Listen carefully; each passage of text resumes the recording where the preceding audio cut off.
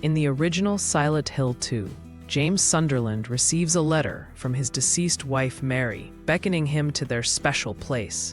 However, in this alternate ending, the letter is eerily different.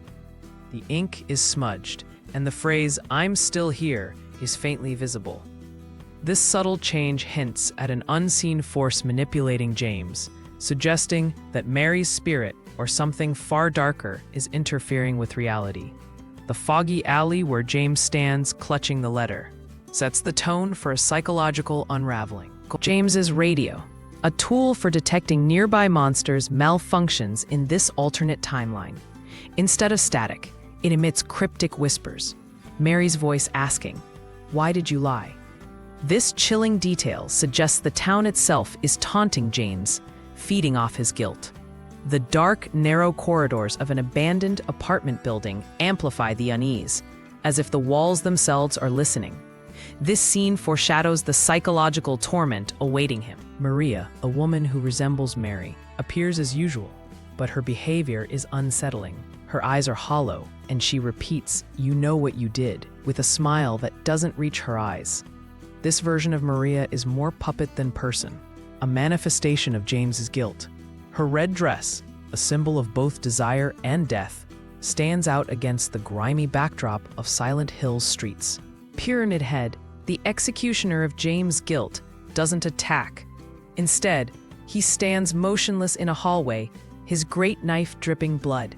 His presence is a silent accusation, forcing James to confront his sins.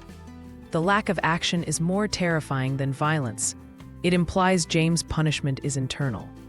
The hallway, lined with rusted metal and flickering lights, feels like a prison of the mind. Brookhaven Hospital, once a place of torment, is now eerily clean and bright, but empty.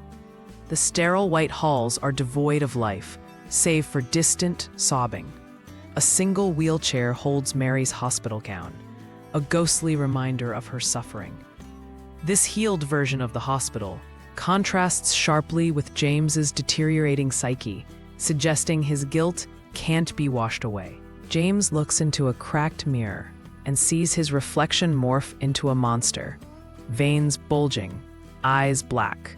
The reflection mouths, "You enjoyed it," confirming his darkest secret. This moment reveals the depth of his self-loathing. The mirror, a recurring symbol in Silent Hill, serves as a window into his soul, now corrupted by guilt and denial. James finds Mary's rotting corpse on a bed, yet it moves, gripping his wrist and whispering, "You wanted me dead." Flies swarm the room, and the stench of decay is overwhelming. This confrontation forces James to face the truth. He desired Mary's death. The scene is a visceral representation of his guilt, making it impossible to deny his role in her fate. A shadowy figure resembling James pulls strings like a puppeteer. The sky rains blood, symbolizing his subconscious manipulation of Silent Hill. This reveals that the town's horrors are projections of his guilt. The figure's motions are deliberate, almost theatrical, emphasizing that James is both victim and perpetrator of his torment.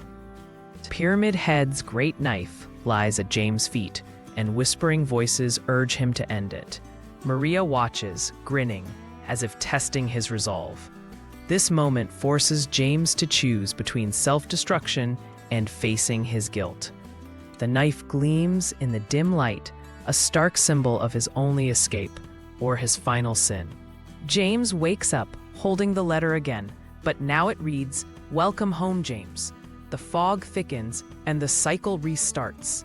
This ending implies he's trapped in an endless loop of guilt and denial, a punishment worse than death. The repetition of the first scene, now twisted, confirms there's no escape from his sins.